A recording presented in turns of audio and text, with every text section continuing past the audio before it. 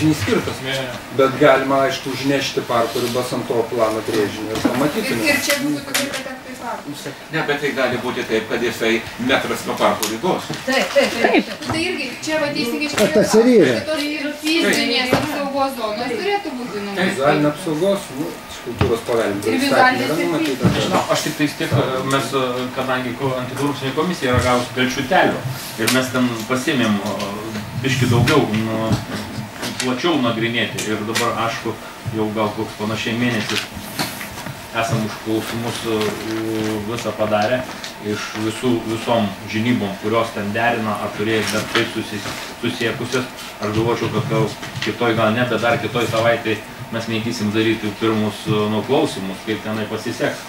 Bet kol kas aš žinau, dėl šitos teritorijos saugomos, nes yra visai prie ribos visa, tai mes esam gavę visą iš Baškytės atsakymą. Ir ką rašo? Nu, jinai rašo, kad nepatenka ir man nepriklauso derinti ir, kai sakant, ne mano reikalas. Kad metras už ribos. Jo, ir ten žmonių yra surinkta nemažai parašų, bet yra va tokia, matomai yra, nu, spraga yra įstatymė. Nepalaukit, jūs taip sako spraga įstatymė, tai čia viskas priklauso nuo savivaldybės. Čia įstatymas negali numatyti, jeigu savivaldybė nenumatys plėtros savo, bet aš galiu pasakyti, nebaigiau, kesti. Kai jeigu savivaldybė nenumatys, tai nereikės tada ir į Baškytę kreiptis. Jeigu savivaldybė išrinkti žmonių atstovai numato tenai plėtras, ta prasme, vėjo jėgainių parkų įrengimą, tai po to jau sakyti, kad Baškytė nestabdo ir leidžia, nu tai jau negalima, nes pati miesto valdžia priėmusi tokius sprendimus. Tai čia jau irgi nereikia mėtytis, kad institucijų. Galiu pasakyti, jūs puikiai žino tarybą, ką gali, ką negali, nes nėra atstovų.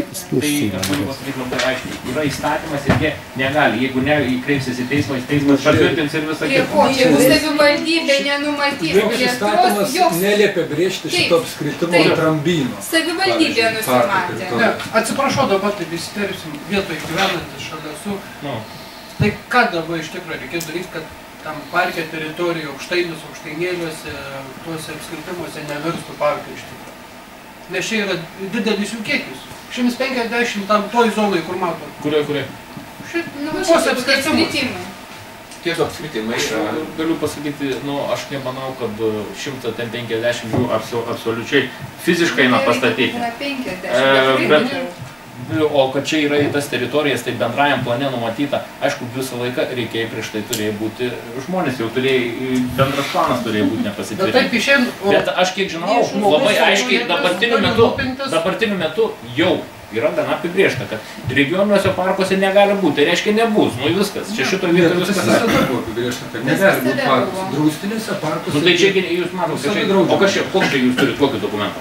Čia yra Pagėgių rajono savivaldybės bendrojo plano infrastruktūros brėžinys. Nu tai jūs žinot, tvirtina, kiek institucijų žiūrėjo? 2007 metais.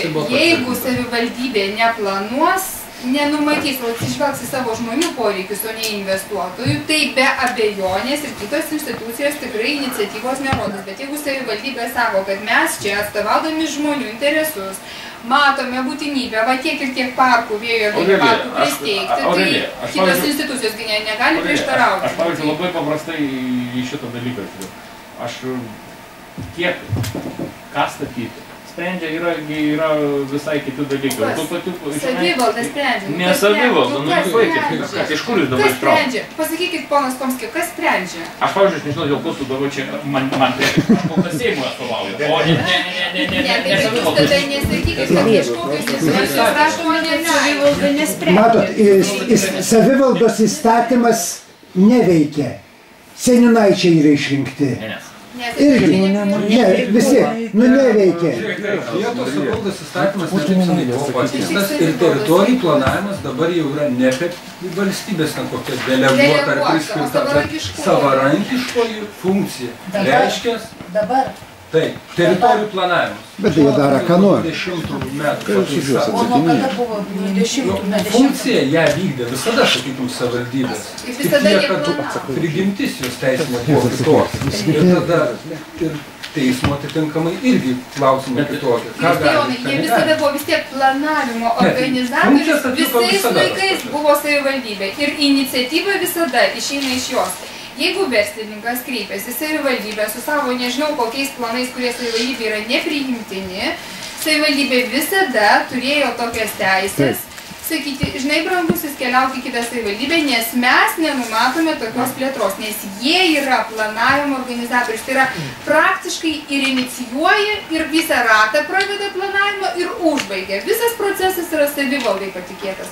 Tai čia šiuo atveju visos kitos institucijos prižiūrinčios jos tik tai gali pritarti arba nepritarti, bet vėlgi jų, žinokit, labai ribotos funkcijos. Tokia Baškytė, pavyzdžiui, nepritardama vėjo jėgainių parkų steigimų, jeigu tai yra ne parko teritorija, tai jinai per teismus netgi pralaimėtų tai pačiai savivaldybei, nes iš esmės jos kompetencija pasibaigia su parko teritorija. Ir šito vietoj laimėtų, nes įstatymas draudžia tokią plėtrą. Tai jeigu parko teritorijoje, tai taip, bet jeigu šalia parko, tai čia žodžiu... Mes ir siūlom atstumą kažkokį vizualų. Išaiškinom viskas, aišku, kad nedirba visos institucijos.